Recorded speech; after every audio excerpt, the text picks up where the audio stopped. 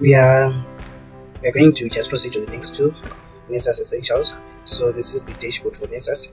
So I'll first go through some of the panel.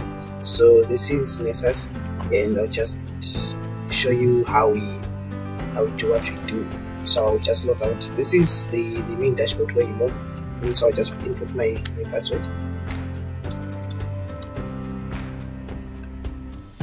Then we sign in and get in here. And this is the scan, all scans that have been performed. Then threshold consists of some of the scans that are deleted, etc. Then those are our resources. We define policies. If you want to create scan templates, we come here and create them from here. So these are our scan templates. So for discovery, we've basically 24 for discovery, for scanning, vulnerability scanning, and compliance scanning. So for discovery, first discovery, I think this does the same thing with Nmap, and we then go to vulnerability scanning, where we have all these scans: basic network scan, advanced scan, dynamic scan, etc. So then we have compliance scanning. So these are for compliance with various set standards for IT infrastructure management. And from there, we are just going to just perform a web scan, web application test. So I'm going to just name it digital forensics. Yeah, the folder is my scan description. Then the target, this is our target. I'm going to use our target to make this site. Yeah, and that's it so far. So this is what we have, and I'm going to save. Then this is our scan here. Go back to scan. This is our scan, and it's on demand, meaning that it can only be ran when we need it. Then the schedule is not available. So we're going to just launch it and see what it does. So it has started, and it's 1:34 p.m.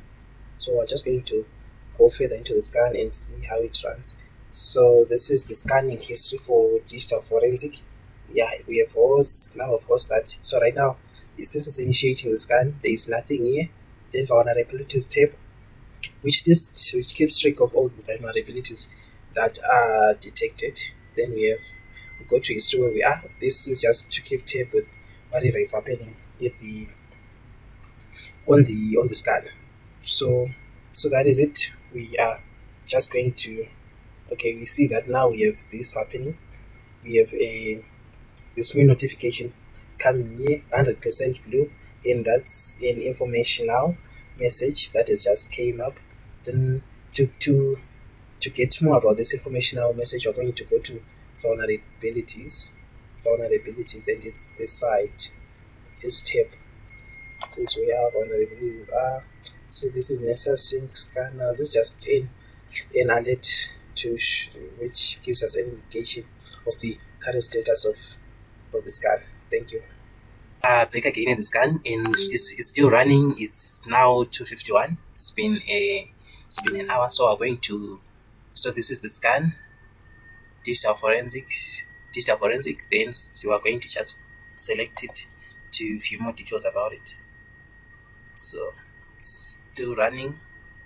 Going to go to current vulnerabilities. We now have a total of 10 vulnerabilities, and this is the list. Some of these are not. They are mostly informational issues. For example, I'm going to go to this one, web saver. Web saver allows auto. So I'm just going to go to that one. Web saver allows password auto completion. The web saver contains at least one form with input type password where auto completion is not set off. While this does not present a risk per se, it does mean that a user who uses affected forms may have their credentials saved in their browser, which tends to be loss of confidentiality. So this is just a highlight of this risk that has been shown. We are back again to our vulnerability scan that we're performing, and this is it, the digital forensic one. That's the name that we're given, and we actually will go to reset to look at the particular scan that we're looking at, and we're actually running the scan.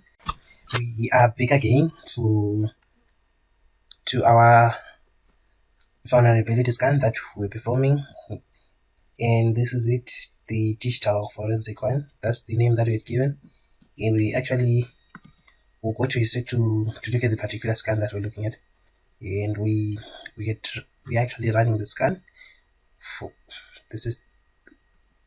And since it lasts for 8 hours, the vulnerabilities that were detected. Then we're going to move to vulnerabilities tab, and on here we are seeing the list of total vulnerabilities that were detected. As you can see, we have 15 vulnerabilities that are scoring from severity of medium to informational. So we're just going to go on one of them and see what we get. We're just going to go for this one, the first one, web application information disclosure. So if we click, we just get a description. At least one application is hosted on a remote server, discloses the physical address directory when a malformed request is sent to it.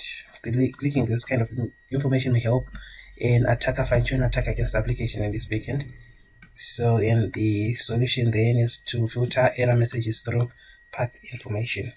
So basically that's one of the vulnerabilities. Then just going to go back to the rest of the vulnerabilities. We're going to see a range of vulnerabilities. So at this stage, we then move on to the reporting stage.